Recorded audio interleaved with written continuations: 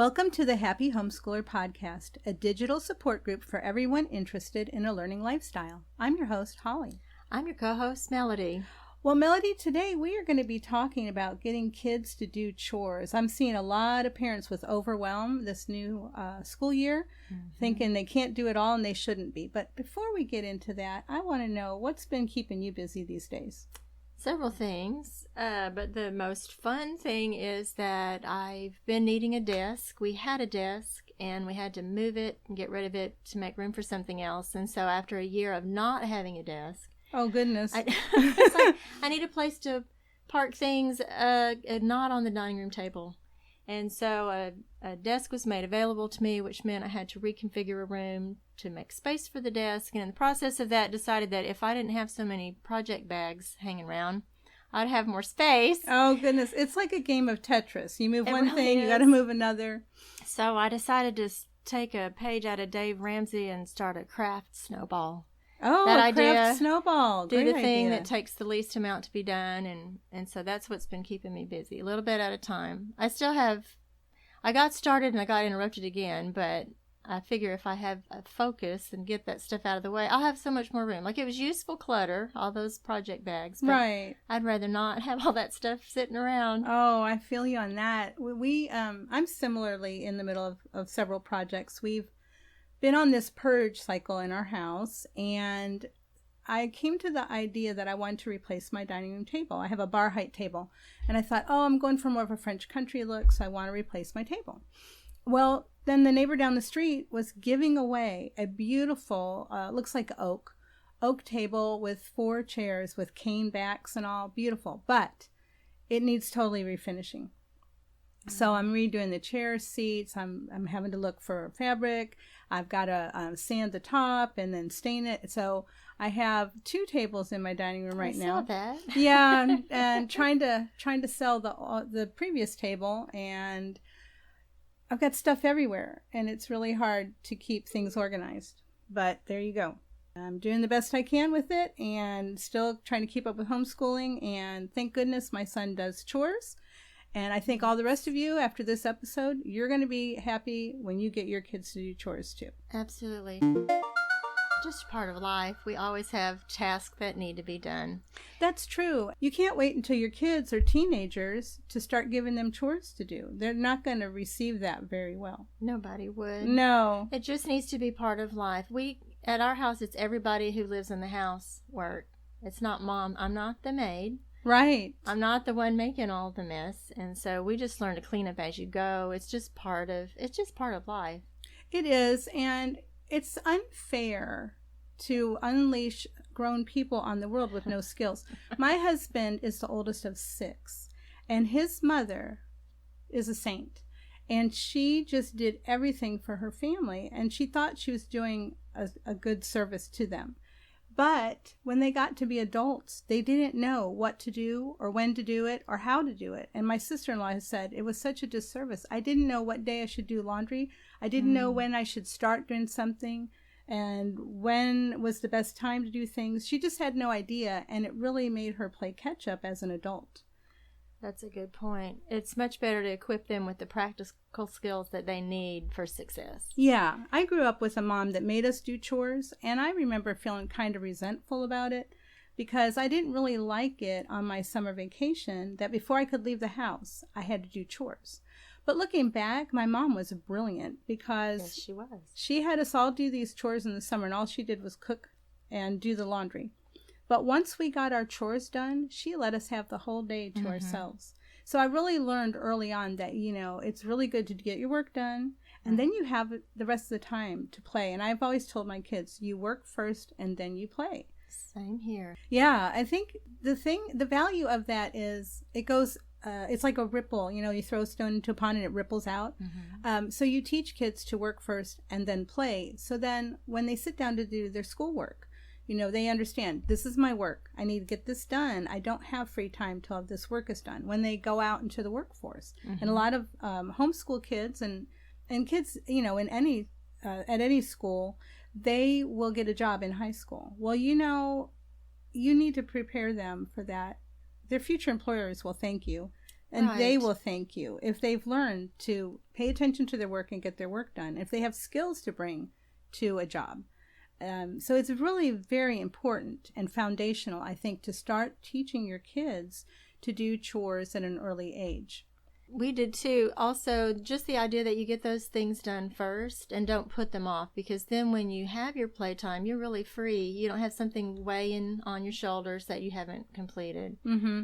And you don't get into habits of procrastinating. Right. Yes, that's exactly true. Another reason why I think it's really important to teach kids to do chores is that it helps the whole family. And I think it's really good to give kids a sense that they are important to the family and to the family's success, and that their work benefits the family, and then, there are rewards down the line. Rewards, and they're contributing to the home. Mm-hmm. Everybody who lives there can contribute. There's no reason for mom or dad or anyone else to be picking up all the toys after the little ones. If they're old enough to get it out, they're old enough to pick it up. And so if you start at the beginning with everyone pulling together to get things ready for the day, then they have a way to contribute. They do. And so this morning I was bustling around getting ready for you to come over so we could record our podcast. Mm-hmm. And I was running out of time. And I said to my son, who's just a newly turned 8-year-old, do you think you might be able to take Watson out for me real quick? And sometimes Watson doesn't want to go out for people. So we kind of tricked him.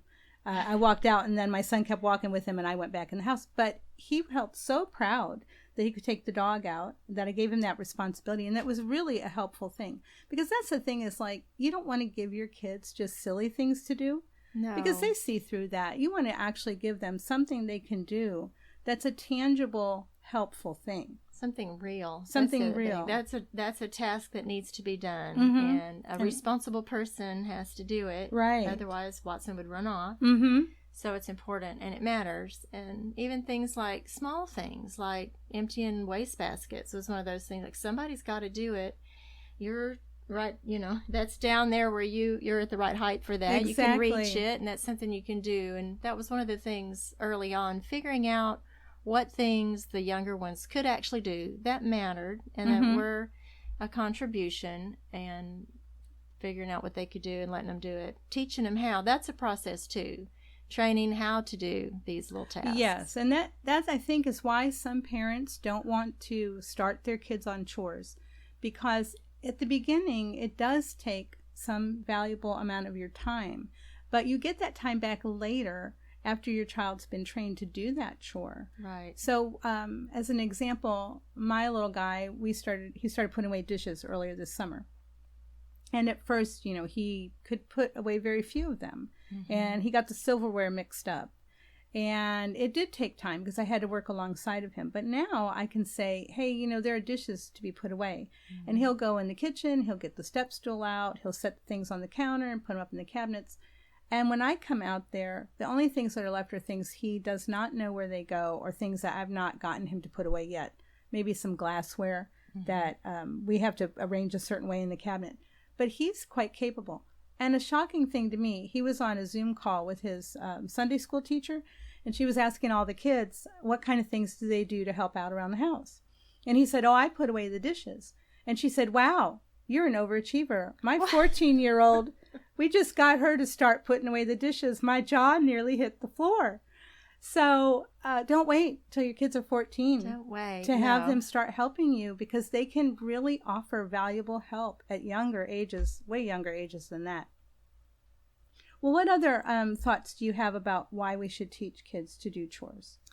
Well, let's see. It helps them to develop a sense of responsibility. I think we said that. It frees up time for them and for you, because if they don't have to wait while you do something, you can both get started on something else more quickly. What else? Well, I think it builds self-esteem. I think it gives absolutely. them, it gives them a sense of accomplishment and gives them abilities, and it makes them feel like they are big.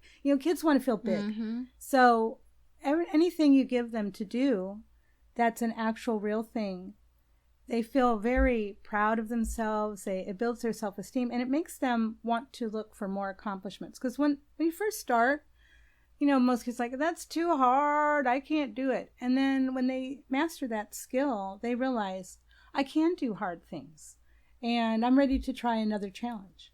I agree. And another perk for that is valuing the work that other people are doing. Oh, indeed. Respecting their property, respecting the home, because they have more of an investment in there in keeping it in good repair or keeping it tidy. Yes, there's a funny story about that. So our listeners don't know, but Melody and I have actually known each other a really long time, and we used to travel and do homeschool conventions. And so one weekend we were away, and when we came home, my oldest daughter had really run around the house and cleaned up, and she said she was telling the other kids, like, don't mess up things. And I thought, oh, this is poetic justice now. Yes. You've gotten to the point where you are understanding what trouble it is to get this work done, and you don't want people to mess up your work. And I thought, we've arrived. Mm-hmm. So yeah, you're right. They've got some time invested in getting things taken care of. Right. So they are a little more aware of the mess they're making. Maybe they don't pull out all the things, just pull out what you need. Exactly. But that is one thing. And then I also feel like it gives people a more realistic view of life, because in the real world, you don't just lay around. Well, not most people lay around and let someone else do all your work for you.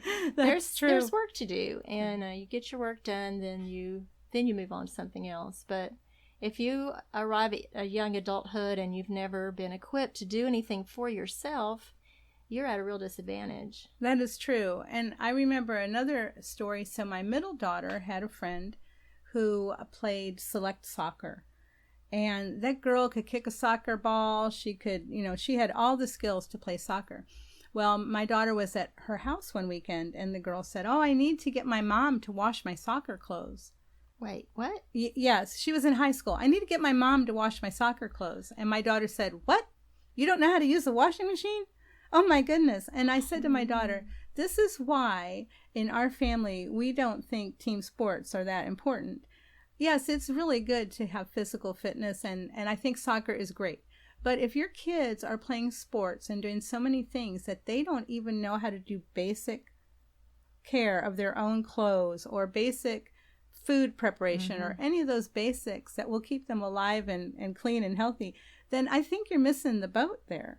We have a similar story in our family. When my son first moved out of the home and had some roommates, he was the only one who knew how to cook anything. Oh, my. And the rest had just planned, I guess, fast food, or I'm not sure what they thought they were going to eat. But he came home and could not believe they didn't know how to make eggs or fry a hamburger or make a salad or anything. He was amazed, and so were we. Yes, my husband existed on frozen pizzas and burritos when I first met him, and his health wasn't that good. So yes, it's really important for your well-being, your mental health, and your kids' well-being and their sense of self-esteem. Teach your kids to do chores. It's so important, and it will make your homeschooling life much easier, because you have taken on this big new job. You've got a whole new full-time job plus all the stuff you were already doing. And now you have people home all day who are making messes from morning till night. And it can get very stressful. When we first started homeschooling, I felt very stressed out. I had an 18-month-old, a 3-year-old, a kindergartner, and a second grader. My husband worked full-time. He was working in retail, and I was just struggling to keep up. And I would be really upset with him when he came home, like, why don't you do more to help me? And then one day I had this light bulb. I'm looking at these people, and I thought, oh my goodness, I need to get these people working. Yes, and that really changed. It really took a load off me. And, as they got older and older, they did more and more, and it just really will take a load off you. So if your kids aren't doing chores and you're not sure where to start and what they can do, in the next part of our podcast, we're going to talk about the practical things. What can kids do at what ages? And we're going to talk about some resources you might want to get to help you to know what to have your kids do, or chore charts, things like that. So stay tuned, because we're going to be back with more great information. Our podcast today is sponsored by Transcript Maker. It's an online service that allows you to create professional high school transcripts in the comfort of your own home. And talk about finding ways to delegate some chores. Boy, you can delegate the creation of the spreadsheet to Transcript Maker, and you won't have to be figuring out GPA for yourself. That's right. Think of the time it'll save you. Oh, it is a huge time saver. It's basically plug and play. You just take your list of subjects and grades and you sit down and type them in, and then you have a beautiful transcript in really just minutes. I've had to make a transcript all on my own with Excel and scratch paper and figuring all of that out, and it is a lot of work. Nobody wants to do that if they don't have to. Get your 14-day free trial at www.transcriptmaker.com.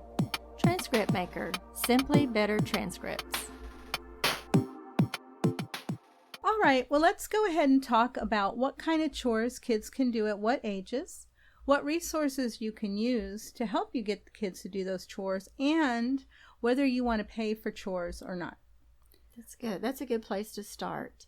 Let's start with what chores they can do at what ages. We always started as soon as the little one could toddle around and carry things, they could have some chores to do. That's right. Well, you said earlier, if they can get something out, they can put it back. When my little guy was a really little guy, we made it into a game. I would say, hey, can you put these away faster than Mommy? And boy, he could not wait to show me up. And I went a little slow, to help him have his success. But it's good. And then we would play games with, for example, if all the blocks are out, you pick up the red ones, I'll pick up the blue ones. That's and so right. Then it was, teaching some sorting skills also. And there are a lot of things. Do we want to break it down by ages, or how would you like to do that? Yeah, I think we can talk about ages. So as soon as your child can walk and hold something in their hand, that's about 1.5 when they're really sturdy enough to walk and hold something in their hand. And at least certainly by the age of 2, they can start doing some simple things. What's on your list of things they can do? Well, one of the things is taking dirty clothes to the laundry. Go put this in the laundry basket, or would you like to go throw this away? But we had to be careful with that because our little one was surprised. We had one of those trash cans with the swing top lid. Oh, they're too much fun for little kids. And there was a time when we couldn't find a shoe. Oh, they had thrown the shoe in the trash can. But it took us a while to figure out that the shoe had gotten thrown away. So throwing things away and carrying things to the laundry, picking things up. They got to help feed the animals, but mostly with someone that little, we gave them the pet food in a scoop Mm-hmm. because we didn't want the whole bag getting dumped out on and clearing dishes from the table, plastic dishes or silverware, things that wouldn't break. We let them carry it to the sink. What about you? Well, when I have a video of my son when he was about 18 months old, and he was putting silverware in the drawer for me, helping me unload the dishwasher. And we had always had little kids do the trash cans because that was something easy. The bathroom, the little trash cans, right. Little waste paper baskets. And we'd give them a little scoop to put food in the animal dish or a little water and help them pour it in. Getting things out of the dryer, Oh, yeah. They're low enough to the ground, and they can you put these in the basket? No, don't climb into the dryer. That's not where people go. That's where clothes go. But any kind of a little task. I would spray a little window cleaner on the screen door window. They could wipe that window. It was not, the best job. And later on, when they were not in the area, I might touch it up a bit. Because that's the other thing is they're not going to do a perfect job. Don't discourage them by redoing their job in front of them. Oh, that's just really discouraging. But if you need to make an adjustment, when they're not around, you can do a little adjustment. That's true. Now, as they get older, you'll teach them. Right. To do a better job. When they get older, then you're like, is there anything else that needs to be done? Or what about that smudge there? Or things like that. I would let my little bitties clean the refrigerator. Oh, yes. And it always needs cleaning. Always. And sometimes it was just a squirt bottle with plain water and off that. And so now my little granddaughter likes to come over and help us clean. And so a lot of things get wiped off that probably don't need to be wiped off. But she is so but never happy discourage to be initiative. And that is the other thing. Sometimes, we're giving you some ideas. Some kids are more capable than others. And if they want to try something, why not let them try it and see if they can do it? Instead of saying, no, you can't do that. just try. They might surprise you. True. And just include them in whatever you're doing anyway. When you mentioned the laundry, I remember shaking something out, coming out of the washing machine, and handing it to them to throw into the dryer. Mm-hmm. I could have done it. And I would throw in like 3 things to every one thing that they felt, because I had to hold it and look at it and then toss it in the dryer. But they were still helping. Mm-hmm. And that was important. Like you said earlier, it makes them feel like they're part of the work. Right. And as they get older, now around, so we're talking right here about ages 2 to 3, these little tiny tasks. And then when they get older, ages 4 to 5, that's when they can really start to do things that are super helpful, like go get the mail. Yes, absolutely. My kids love to go get the mail. They love to go get the mail so much, and they love to help so much that they each got a day of the week when they were allowed to do those things, because otherwise they were arguing. Oh, I gotta get the mail today. No, you're not, because oh my goodness. That makes it special. Right. Though. Yeah, so they each had a day of the week. But yeah, 5-year-olds can dust furniture. They can really feed the pets. Mm-hmm. If you don't have canned food, I really wouldn't want to see a little kid messing with a sharp edge on a can. But dry cat food and dog food, or other little feed the fish or whatever, they can start to make their beds. Yes, they do. They might look interesting, but they'll be made. Right. And we just left them like that. They can help water plants. Mm-hmm. My kids were big helpers on water plants.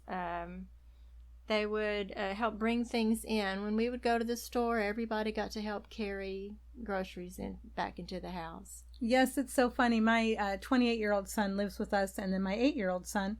And one day we came home from somewhere, and my younger one, he ran into the house, and my older one said, "Hey, come back here. I don't know what's going on, but Mom always said we had to bring stuff in. You're big enough to bring stuff in." That's right. I thought, wow, we've come full circle. Now they're helping train. That's good. Yeah. Mm-hmm. Little things like that. They can start setting the table at that age. Oh, yeah.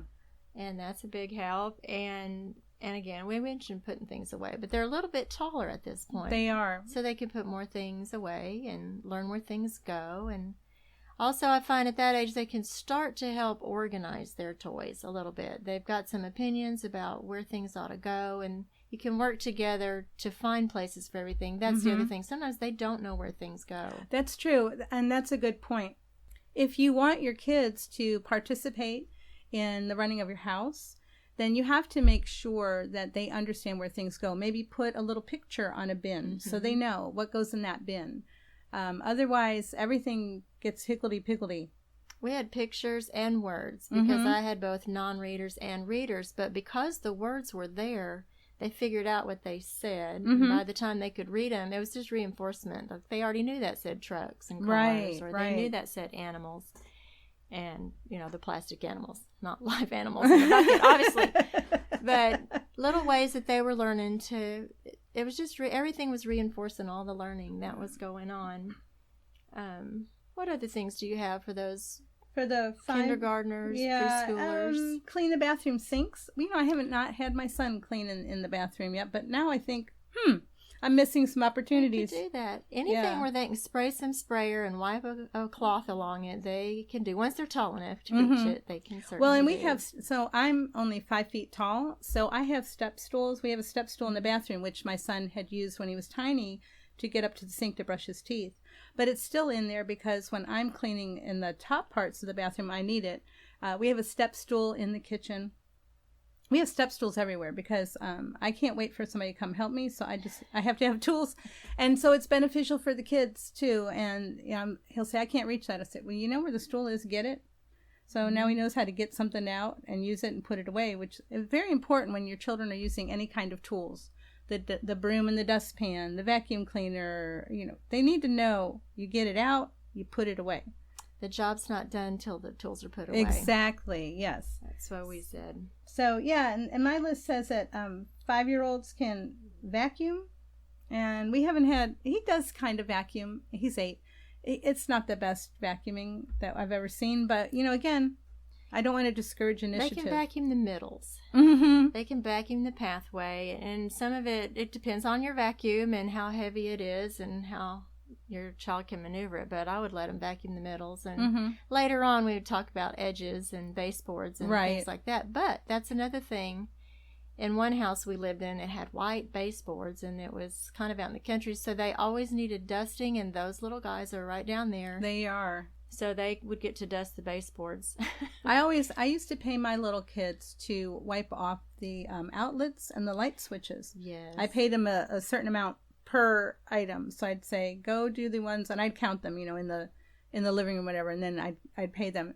I always had a policy of I would pay for things that I needed to do that weren't regular everyday living, that would save me time. So I didn't pay for things like clearing the table or putting away the dishes. We all live in the house, and we all had a part in dirtying those things. We all have a part in cleaning them. But I paid for things that I would normally have to do myself, and that would take up my time. So I think recently I needed to shred some papers. I work for myself, and I have to shred papers, but I was really behind. So my kiddo was wanting money, as kids always do, and I said, well, let me show you how to use my shredder, and you can earn some money for shredding these papers. And so he sat beside me while I worked, and he shredded, and I think he earned $2. So that was really a big help to me. That was really good. And he was supervised, so it was safe. Right. That was a good thing. I didn't pay with actual money, but we often paid with points or tickets. We had a ticket system once, which was really fun for a while, and everything, I was pretty generous with those tickets. And then those extra things they wanted to do, if they had tickets, we would do them. Picking the movies or choosing the cereal. Oh, you're so clever. We had all kind of things that they could do with their tickets, but we'll have to talk more about that, about how to motivate. Fun. Yeah. It was an incentive to get things done, and then of course they would look for extra ways to help to earn more tickets. Right. Yeah. And then they figured out they could pool their tickets. Oh my. For big things. So there was a lot of math going on. It was a lot of fun. So smart. Well, let's talk a little bit more about what people can do at what ages. Okay. And then we'll talk about how we get kids to want to do work, because naturally people don't want to do work, and they have to be motivated, and that never stops, because adults have to be motivated. Adults get a paycheck, which is pretty motivating. Sure. So, or bonuses. So 6 to 7-year-olds, they can do a lot more stuff. A whole lot more. That's when they would really transition into sweeping the floors. They could handle that dustpan broom action a little bit. Mm-hmm. They're a little bit more coordinated then. Right. They could do that and dust again, and then we would sort laundry and fold laundry during read aloud time. But at that age, they could figure out the difference between whites or lights and darks, and sort the towels. And so we kind of did that all along, but that became more of a thing I would expect them to do, and I didn't have to go back and redo. Recently, I told my son, I guess it was earlier this year, maybe late last year, I said he had to start folding his own underwear and his socks, putting matches in his socks.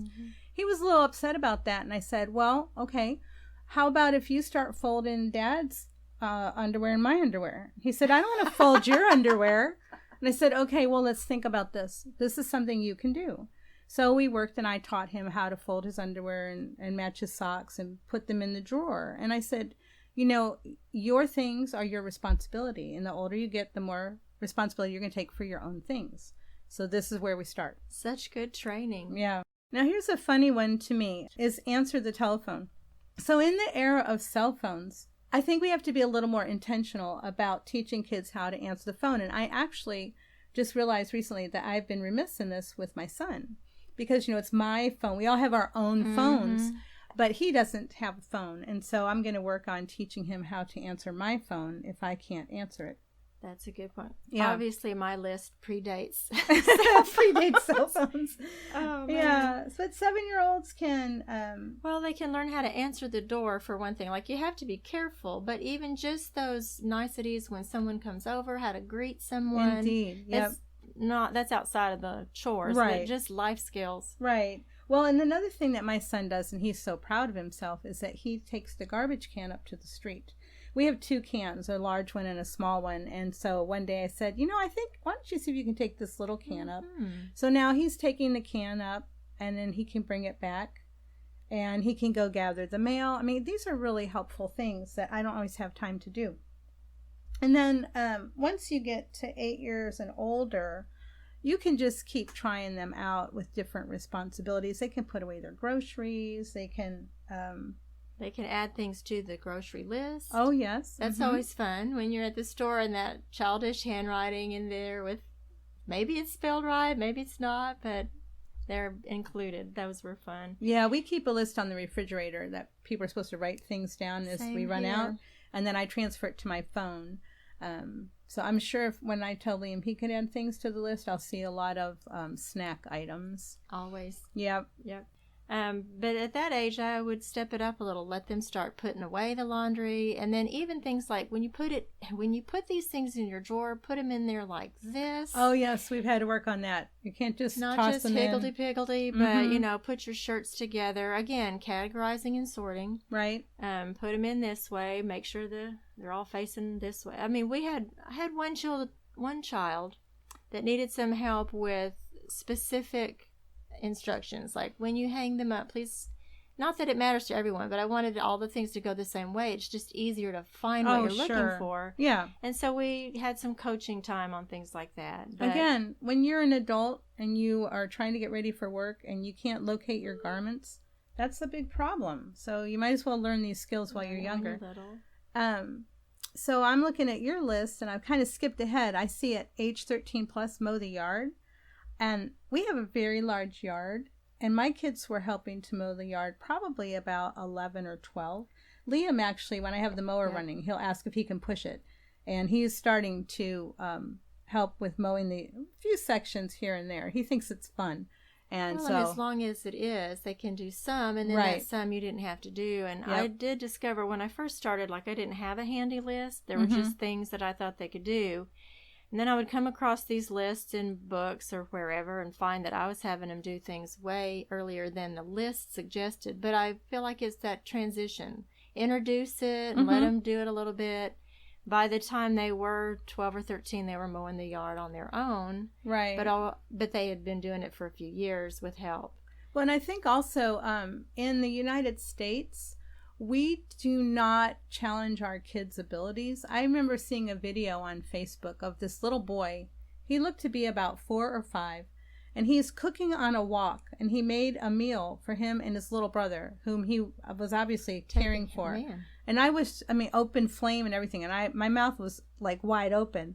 Not that I want to put my child in charge of an open flame, but it made me think, we just don't ask as much of our kids, and we don't ask as much of our kids now as historically was asked of children. Absolutely true. Yeah. They really can do a whole lot more than we even think to ask them to do. Yes, that's true. So, once your kids are 10 and up, they can cook.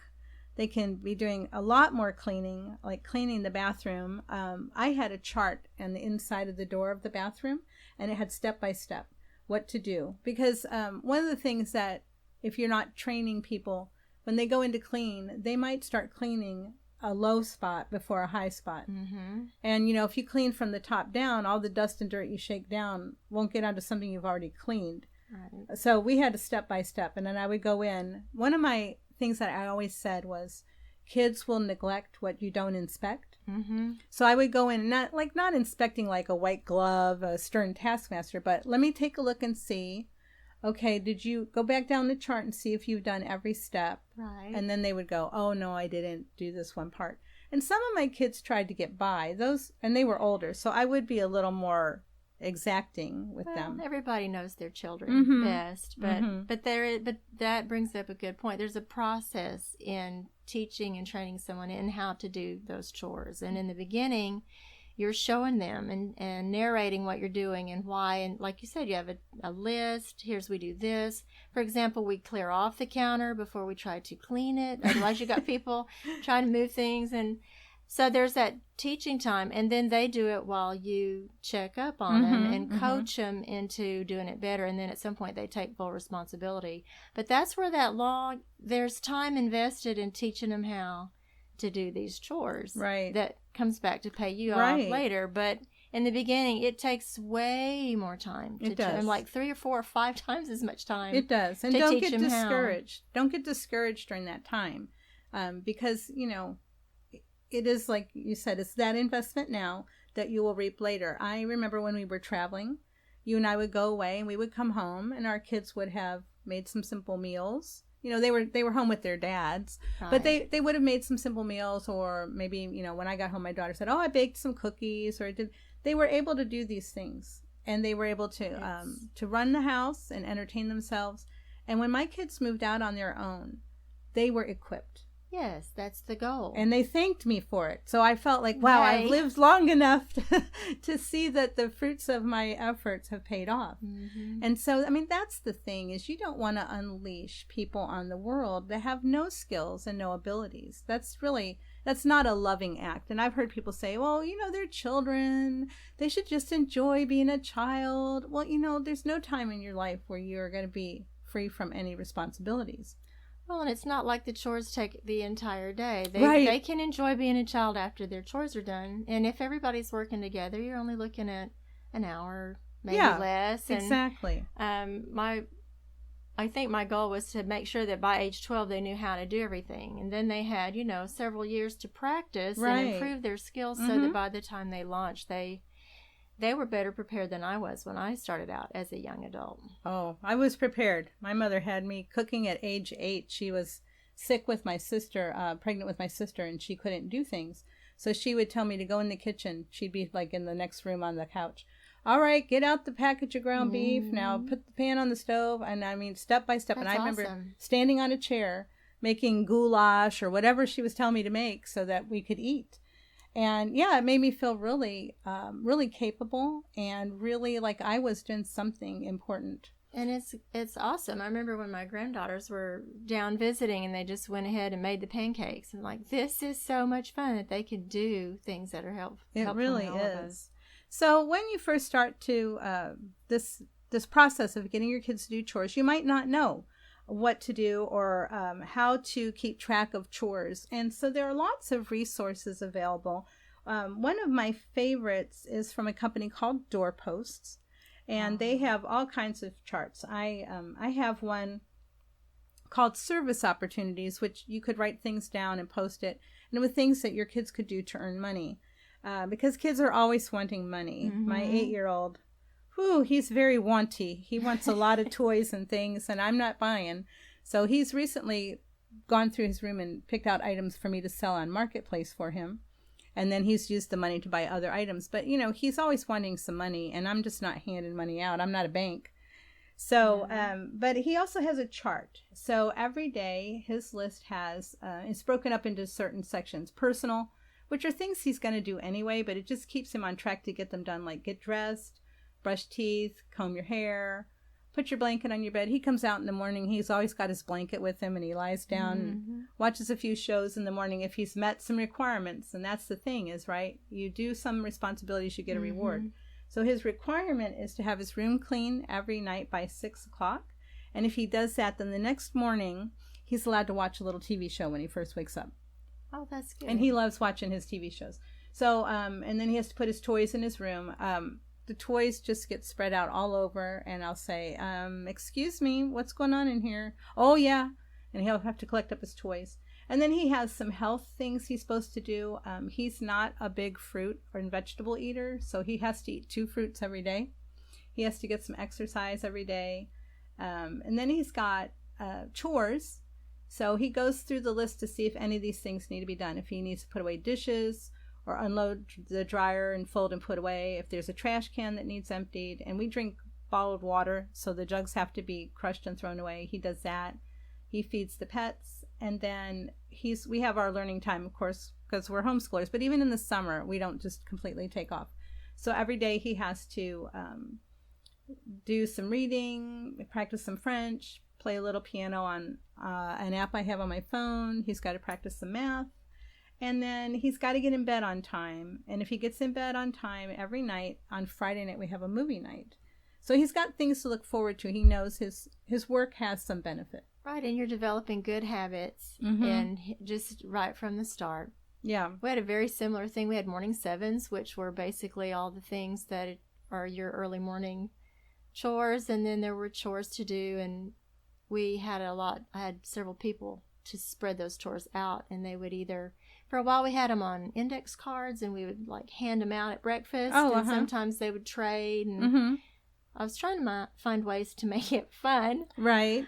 And then they would get those chores done before our learning time. So very similar. And that worked really well for us for many, many years. Mm-hmm. Yeah, having structure is beneficial to everybody.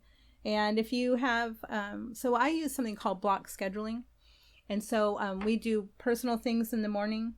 We do, household chores and we do our exercise and stuff like that. I try to. I'm going to shift that around because it's not working. That's the other thing. That's change the other things. thing. If it change doesn't things work, if it's not working. But we do certain things in the morning, and then we switch into school time, and then we finish school, and I go in my office and work. Mm-hmm. And then when work's done, we have dinner, and then we do recreation. We'll go to the playground and walk and run and things like that. But there's every day proceeds pretty much in the same order. So we might do a different thing in our personal time block. If we don't need to, say, put away the dishes because they're already done, maybe we'll do another thing that's household tasks. But that block is for those kinds of activities. We don't try not to mix them up. Mm-hmm. So, but having a predictable schedule where you know what's going on in your life, that really it builds stability and security. Life is not like crazy and you never know what's going to happen. Right. You know what's going to happen because it's the same every day. Right. And it's efficient. And your time gets used better when you're not trying to figure out every day where to start and what to do.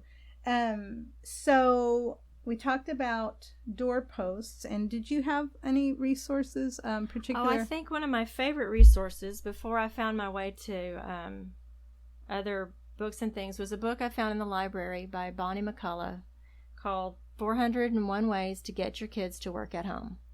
Love it. And that book had chore ideas broken down, and then she also had some really good points in there about teaching them what you mean when you say, for example, clean up your room. That's too big of a task. You've got to break it down. Have specifics. Kind of like your step-by-step in the bathroom cleaning chores. It's like, what does that mean? Pick up all your clothes. What do you do with them? And you can be as detailed as your particular child needs. Some people are just naturally more orderly than others. Right. Some need more training. But when you start a new task, divide it into some workable chunks. I need you to pick up all of the trucks and cars. I need you to pick up all of your jeans or pick up all of your socks. Hopefully my kids were trained well enough to where those dirty clothes had gone into the dirty clothes hamper and they weren't all over the room. But there are always things that are just not in their final place. Right. And we would break those chores down. And so, like you mentioned earlier, it's a process of training. But to keep in mind that they don't know what you mean. Right. Unless you explain it to them. And I have some friends who took pictures. Like, here's the room all cleaned up, took pictures. So they had a little picture of what it should look like when they got finished. And I have another friend whose child had lots and lots of stuffed animals that went a certain way on the bed. And so they took a picture so her daughter would know what she meant.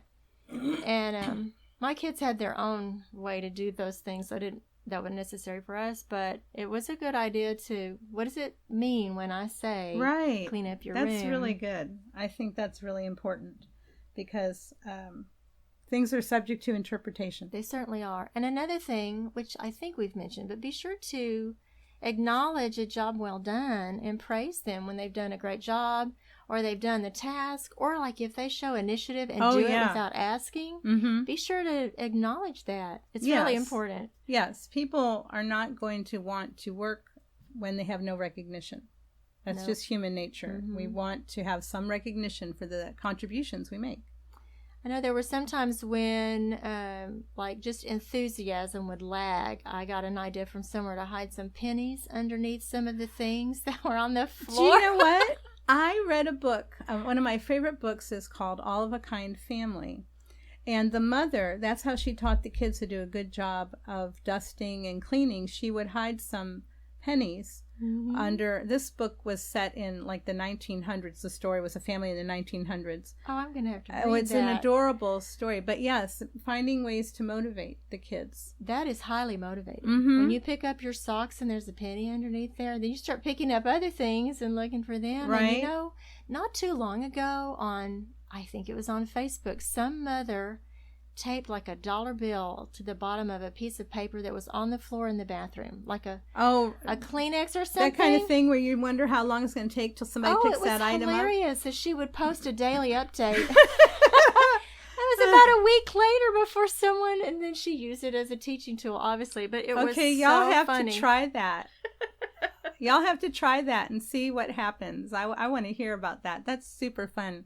I love it. It was funny. There are a lot of ways you can make it enjoyable. Either a reward for having done it or a little treat sometimes. Right. Well, you were saying you had your tickets that you gave your kids, and I had a treasure box for my kids. Sort of the same so thing. They could earn tickets for certain things, and then they could shop in the treasure box. Yeah, because it can't all be, not all rewards are monetary. They're right. And if you're on a super tight budget, a lot of people are right now because jobs have been suspended or on hold. Right. It can be things you do time. Mm-hmm. You spend time together doing things like your movie night, or like I mentioned earlier, choosing this cereal that's going to go on the list, or making a choice of what we're all going to go and do, activities, things we're going to do together, who gets to pick. Or it could even be going to the store with Dad. That was always a big deal. And I know how your husband shops. I bet it was a lot of fun. It was fun for them.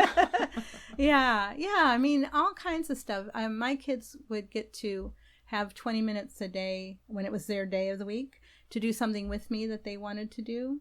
I played a lot of video games. I still like to play video games.